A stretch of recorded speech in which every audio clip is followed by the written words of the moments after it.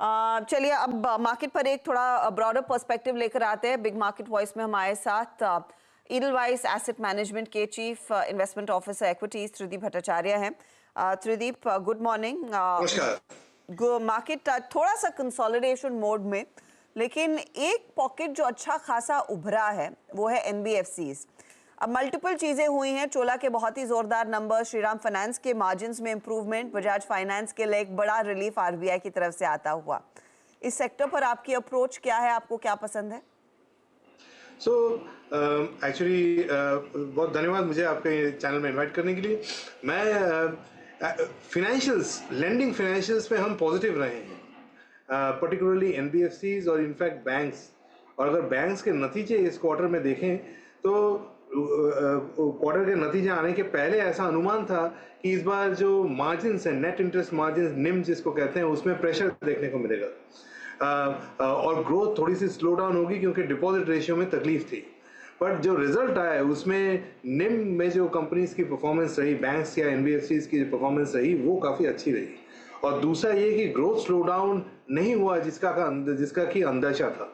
तो इन दोनों को मिला जुला के जो सेक्टर काफ़ी समय से अंडर परफॉर्म कर रहा था, उसमें एक रिलीफ रैली कह लीजिए या एक रैली देखने को मिला। We actually benefited from that. Some of the leading NBFCs में हमारी होल्डिंग्स रही हैं, तो उसका हमको फ़ायदा होता रहा है।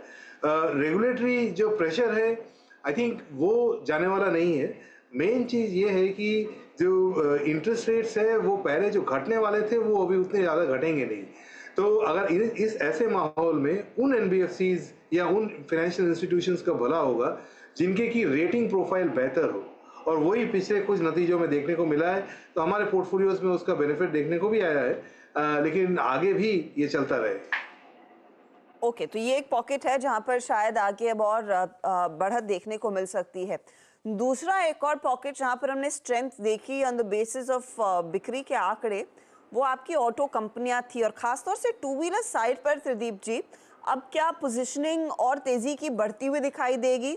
टू व्हीलर्स के नंबर्स अच्छे आए हैं, लेकिन अभी भी वो ऐसी स्थिति हमने शायद ये ट्रैक्टर साइड पर नहीं देखने को मिली है।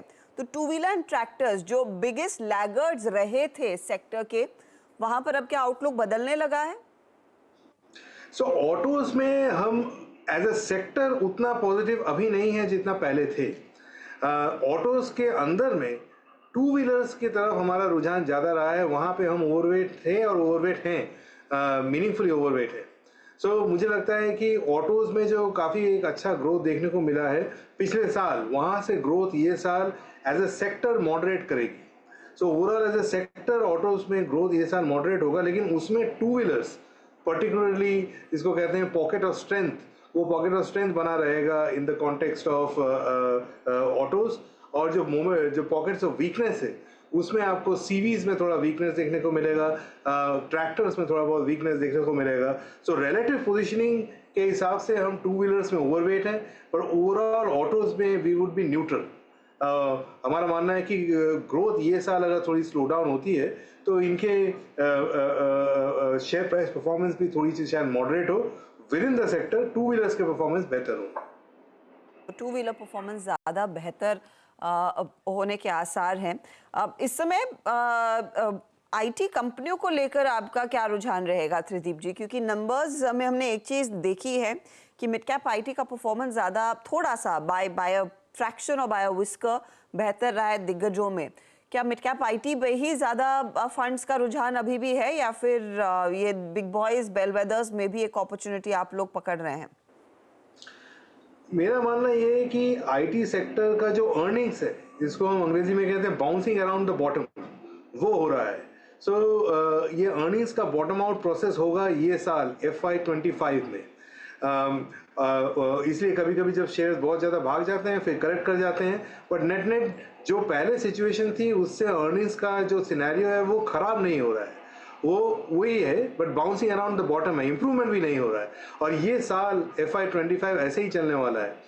As we get to the back end of the year, जब हम सेकेंड हाफ ऑफ FY25 में जाएं, जब हम अगले साल की तरफ रुख करना शुरू करें, उस समय एक रिकवरी देखने को मिल सकती है। सो अभी के लिए ये सेक्टर ऐसा है कि अगर बहुत ज़्यादा वीकनेस मिल जाता है तो हम कुछ उसमें शेयर्स उठा लेते हैं। थोड़ा सा weightage, if you ask me, over the last 6-9 month इस सेक्टर में हमारा बढ़ा है, बट ये अपॉर्चुनिस्टिक है।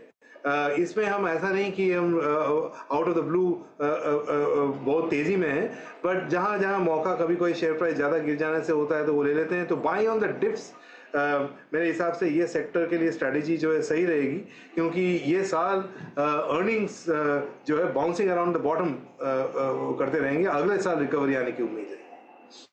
कोई ऐसा सेक्टर जहां पर आप थोड़ा सा सतर्क हैं इस समय?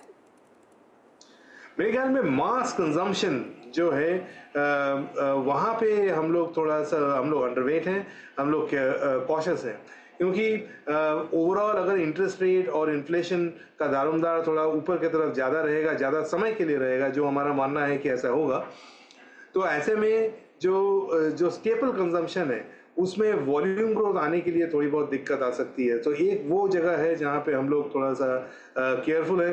दूसरा, रेगुलेटेड यूटिलिटीज़ एक और एरिया है जहाँ पे हम लोग थोड़ा केयरफुल है, अंडरवेट है ओवरऑल। तो ये अगर आप पूरे सेक्टर्स में देखें, स्टेपल्स, कंज्यूमर स्टेपल्स और रेगुलेटेड यूटिलिटीज़, ये दो जगह जो हम लोग अच्छे खासे एक्चुअली केयरफुल है।